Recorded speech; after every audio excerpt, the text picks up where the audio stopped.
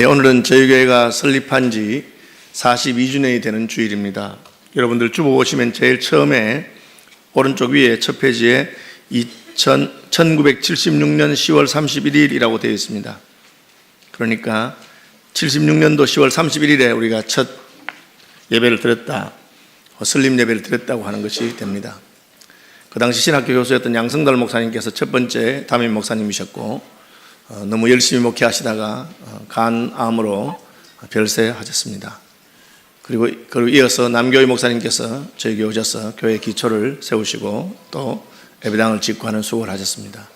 3대 담임 목사님은 김철봉 목사님이신데 아마 기억하시는 분들이 계실 줄 생각합니다. 교인들 이름을 다 기억하시는 아주 섬세한 목사님이시고 총회장까지 지내시고 지금 사직동 교회에 계십니다. 4대 목사님은 박사문 목사님이시고 말씀을 아주 잘 전가하신 목사님이셨습니다. 우리 교회에 계시다가 지금은 원래 목회하시는 부민교회로 가셔서 목회 마무리를 잘하고 계십니다. 그리고 최한주 목사님이 5대째고 제가 6대째 목사입니다. 어쨌든 교회가 설립해서 42주년이 지나면서 견고하게 잘 성장한 것은 복되고 기쁜 일입니다.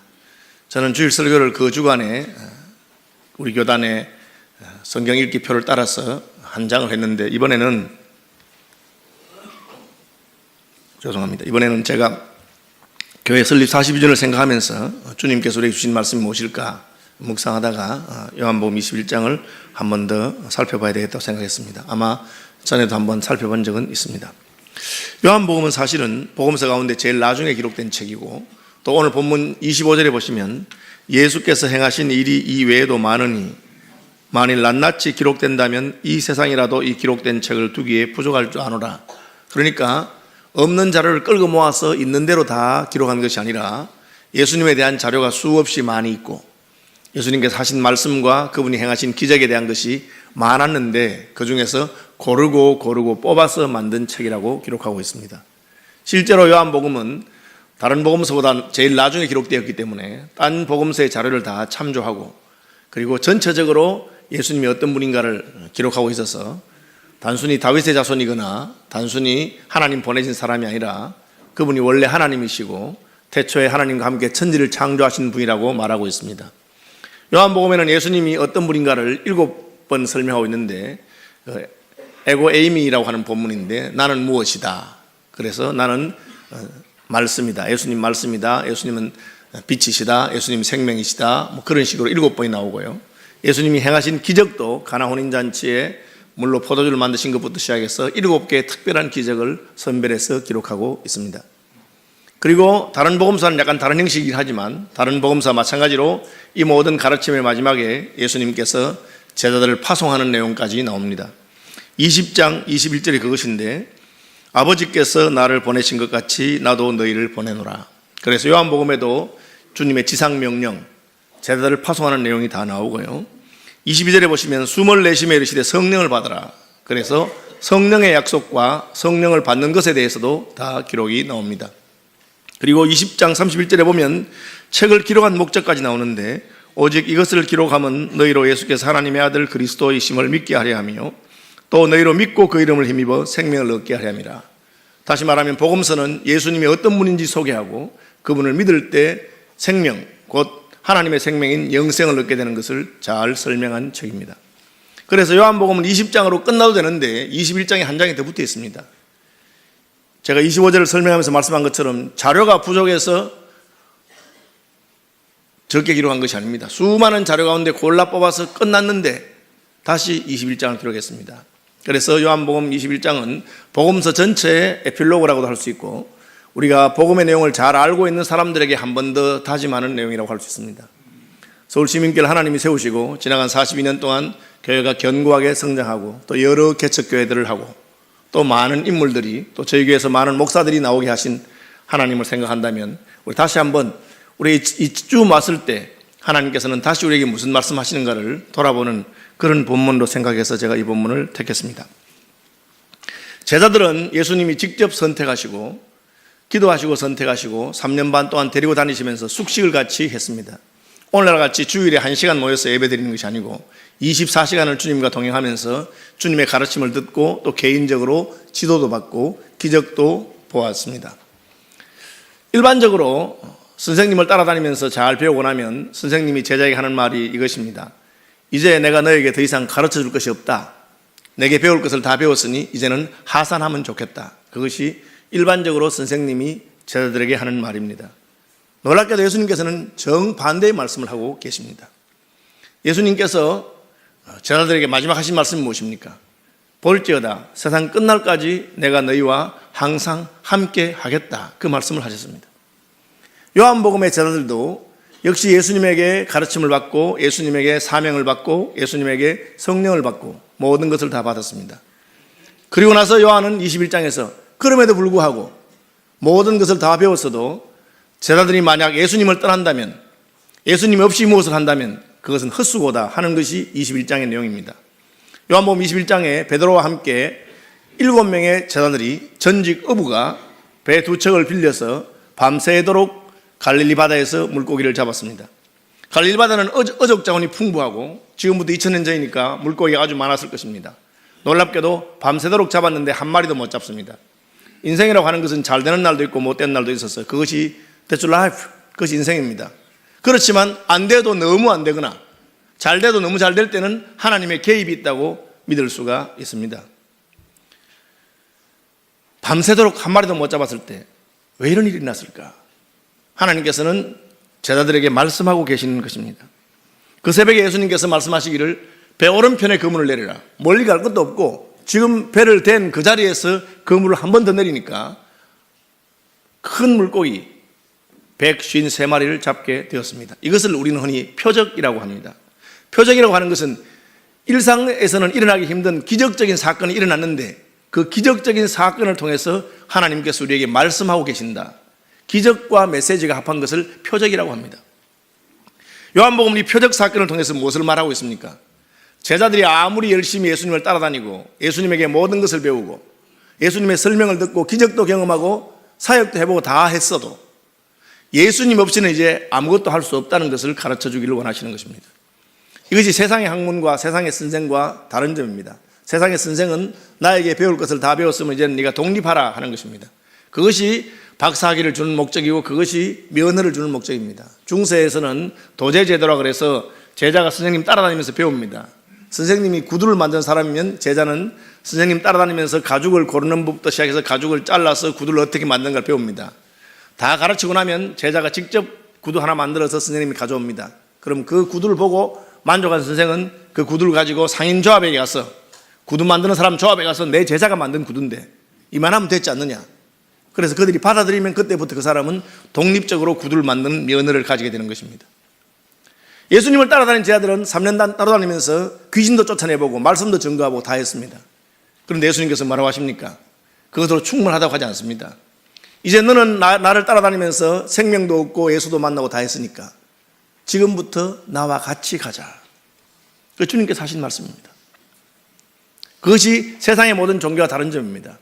세상의 모든 종교나 가르침이나 이런 것은 선생님께 배우면 독립하는 것이지만 우리는 주님을 만난 이후로 영원토록 주님과 함께 하는 것입니다.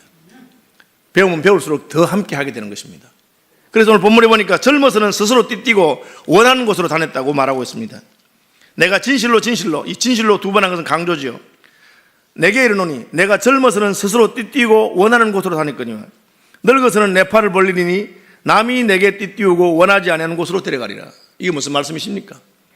예수님께서는 베드로에게 젊어서는 네 마음대로 하고 싶은 대로 띠뛰고 원하는 대로 다녔는데 이제 내가 나를 만나고 예수의 제자가 되었으니까 지금부터는 스스로 띠뛰지 말고 다른 사람이 너를 끌고 가는 대로 가라. 그렇게 하십니다.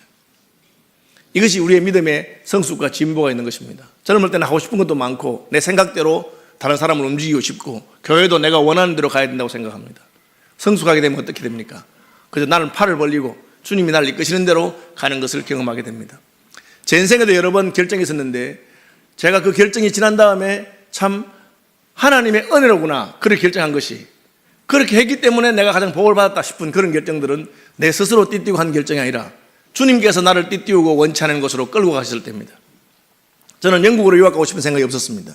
그러나 하나님께서 저를 영국으로 보내셨습니다. 돌아와서 저는 개척교회 하고 싶은 마음이 전혀 없었습니다. 그런데 하나님께서 저를 개척교회 하게 하셨습니다. 저는 제가 교회를 맡아서 담임이 되면 죽을 때까지 그 교회에서 있어야 된다고 생각했습니다. 하나님은 저를 서울시민교회로 이끌으셨습니다. 서울시민교회가 지나온 일 가운데 저는 40주년 분립개척교회가 큰다고 생각하는데 제가 처음부터 그렇게 하려고 마음먹은 것은 아닙니다.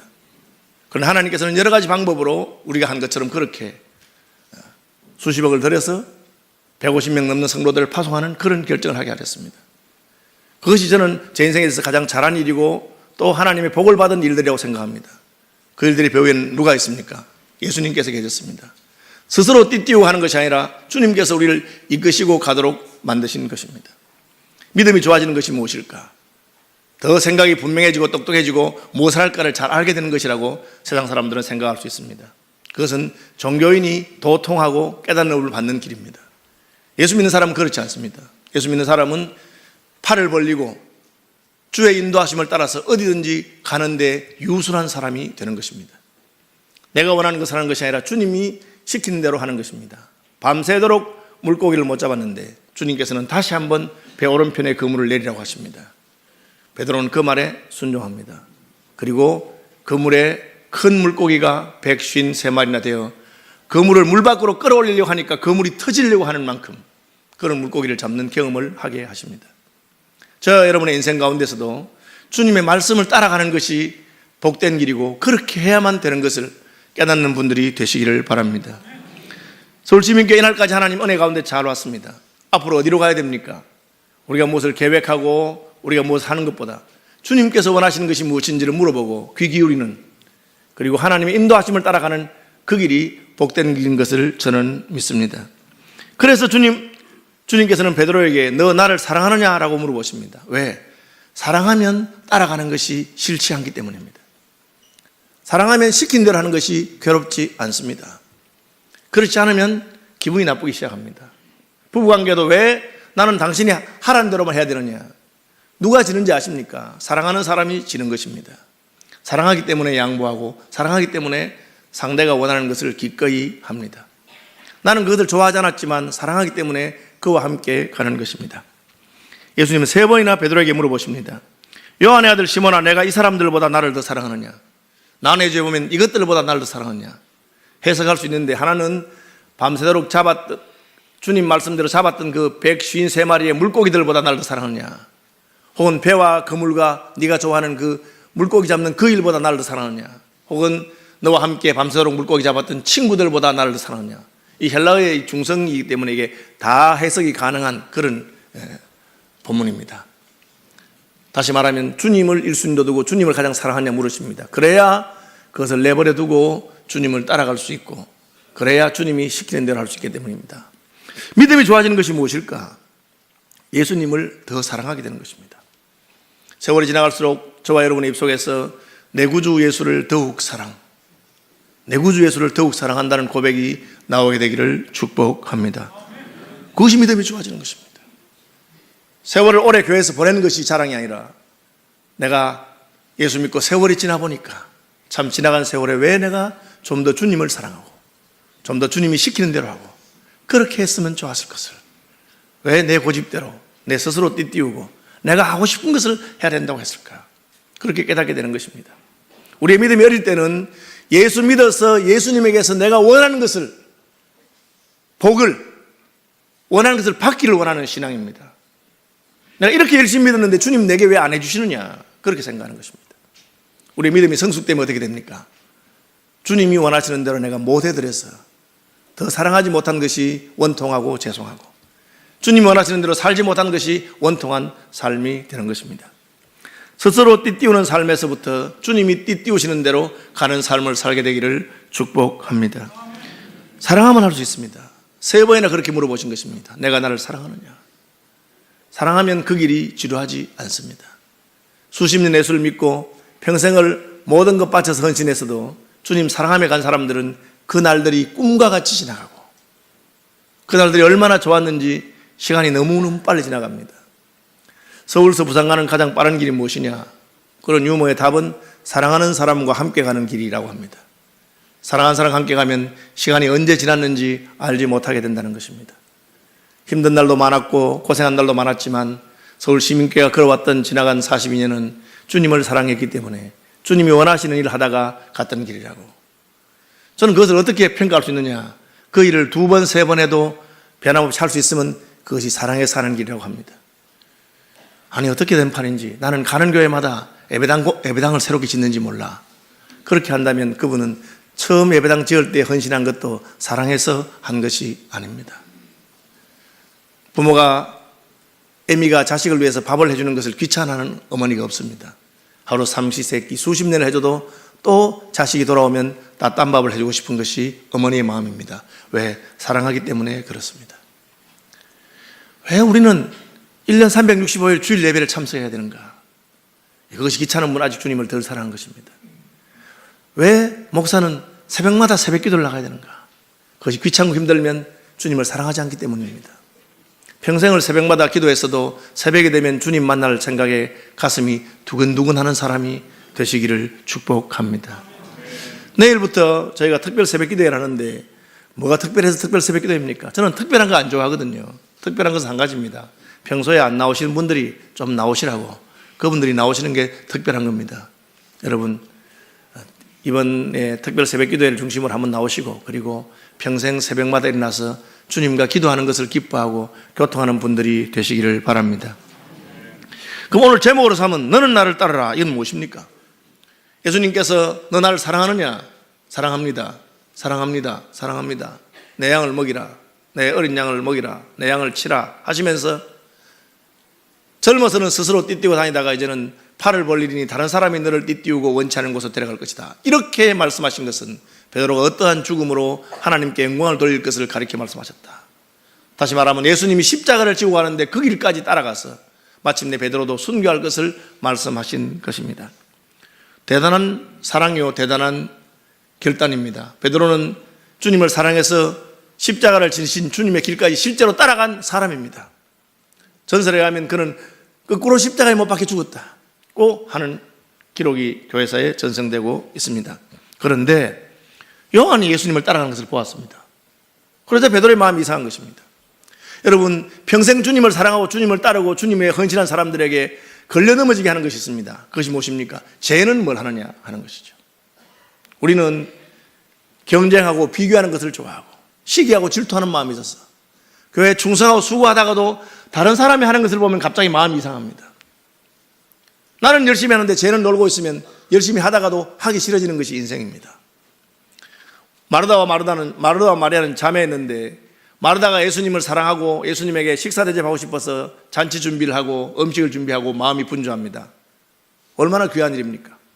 여인으로서 사랑하는 예수님에게 식사 대접하려고 준비하고 수고하는 것은 귀하고 복된 일일 것입니다. 그런데 동생 마리아가 예수님 앞에 가만히 앉아 있습니다. 그 순간 마음이 이상합니다. 내가 이렇게 수고하는데 쟤는 뭘 하는 거야? 그래서 예수님에게 묻습니다. 예수님, 바빠 죽겠는데 마리아 보고 나 좀 도와주라고 하세요. 예수님의 대답이 뭡니까? 음식 가지수를 줄여라. 마르다야, 너 마음이 분주하고 일이 많아서 바쁜 모양인데 그럼 음식 가지수를 줄이고 걔는 신경 쓰지 마라. 걔에게는 걔의 일이 있다. 여러분, 이게 잘 안 되는 거예요. 목사가 마음에 안 들면 신앙생활 하기 싫어. 여러분, 그렇게 하지 마십시오. 목사는 하나님 앞에서 심판받을 것이고 하나님 앞에서 판단할 것입니다. 반대도 마찬가지입니다. 목사가 되어서 장로님이 안 도와주면 갑자기 목회하기 싫어. 그런 어리석은 짓을 하지 마시기 바랍니다. 분리개척을 한다고, 교회에서 선교한다고 열심히 작정해서 헌금했는데 가만히 보니까 장로님들도 별로 헌금을 안 해. 그러니까 갑자기 나도 하기 싫어. 여러분, 그런 것 신경 쓸 필요 없습니다. 그 사람에게는 주님이 그에게 주신 사명이 있고 그에게 물으실 책임이 있을 것입니다. 한번 따라 합시다. 너는 나를 따르라. 그거 어떻게 하든지 주님이 나를 부르시고 내가 주님을 사랑하고 주님이 내게 주신 명령대로 따르는 분들이 되시기를 바랍니다. 세상에 어떻게 가든지. 요즘 새벽기도 나오는 사람이 누가 있어요? 여러분, 다른 사람 안 나오는 거 신경 쓸 필요 없습니다. 그냥 나는 하면 됩니다. 저도 젊은 시절에는 남들이 어떻게 하는가, 다른 목사들은 뭘 하는가, 다른 사람들은 어떤 대접을 받는가, 그런데 관심이 많았습니다. 요즘 그렇지 않습니다. 내가 주님에게 부름받은 대로 나는 나의 길을 갈 뿐입니다. 그것이 복된 것이고 그것이 더 영광스러운 것입니다. 너는 나를 따르면 되는 것입니다. 남이 안 한다고 나도 안 하겠습니까? 남이 게으름을 피운다고 나도 게으름을 피울 것입니까? 그 사람이야 게으름을 부리든지 하지 않든지 나는 주를 사랑하기 때문에 주님이 가신 그 길로 갈 것입니다. 언제까지? 마침내 팔 벌리고 주님 날 이끄셔서 십자가에 못 박으실 때까지 주와 함께 십자가에 못 박혀 죽어도 주와 함께 사는 것을 사모함으로 가는 걸음입니다. 지나간 42년 동안 서울시민교회가 잘했습니다. 그 지나간 일입니다. 그걸 신경 쓸 것이 아닙니다. 우리의 선배들은 이렇게 했든지 저렇게 했든지 우리에게는 우리가 해야 될 마땅한 일이 있습니다. 그것이 무엇입니까? 너는 나를 따르라. 우리 남은 생애가 앞으로의 42년이 주님을 따르는 성도들이 되시고 교회들이 되시기를 축복합니다.